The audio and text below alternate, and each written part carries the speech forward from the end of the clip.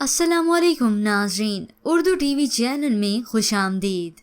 Viewers, drama serial इश्क ज़ही नसीब episode 27 में आप देखेंगे समीरा ने जब गौहर को नुकसान पहुंचाना चाहा तो उसकी अब बर्दाश्त ख़त्म हो गई है।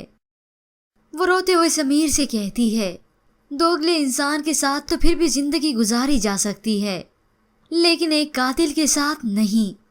समीर उसे समझाने की कोशिश करता है, लेकिन अब वो उसे चिल्लाते हुए कहती है, मेरे सामने ये बीमारों वाली बातें करना बंद करो।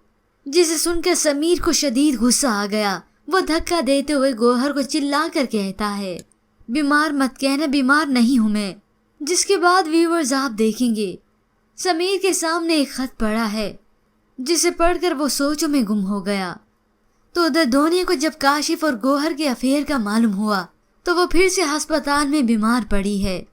उसके वालिद परेशान होकर कहते हैं, बहुत दुआओं और मन्नतों के बाद जिंदगी की तरफ लौटी है। वो ये सब काशिफ को कहते हैं। तो दूसरी जानिब आखिर समीर सोचे विचार करके आया है अपनी माँ की तरफ लौटकर। बरसों बाद वो अपनी माँ से मिलने ही नहीं बल्कि उसे लेने आया है। अकबर ये सुनकर खुशी से उन्हें कहता है, समीर आपको लेने आया है, बाजी आंखें खोलें। जिसके बाद समीर घर वापिस आकर रोते हुए कहता है, मैंने तो सुना है कि जन्नत में भी माँ अपने बच्चों को साथ में रखती है, जन्नत में जाएगी नहीं अपने बच्चों के बगैर। अब व्यूअर्स, हो सकता है कि समीर अपनी वालदा को अपने घर वापस ले आया हो, लेकिन वो कुछ बोल नहीं सकती, जिसकी वजह से वो अपनी माँ को देखकर जज्बाती हो जाता है। आई होप सो व्यूअर्स, अब ये लास्ट एपिसोड ही चल रही हैं, क्योंकि इस ड्रामे को बहुत ही ज्यादा लेंथी कर दिया गया है। होप सो अब नया ट्विस्ट आने ही वाला है, पर इसके मुतालिक आप क्या राय रखते हैं?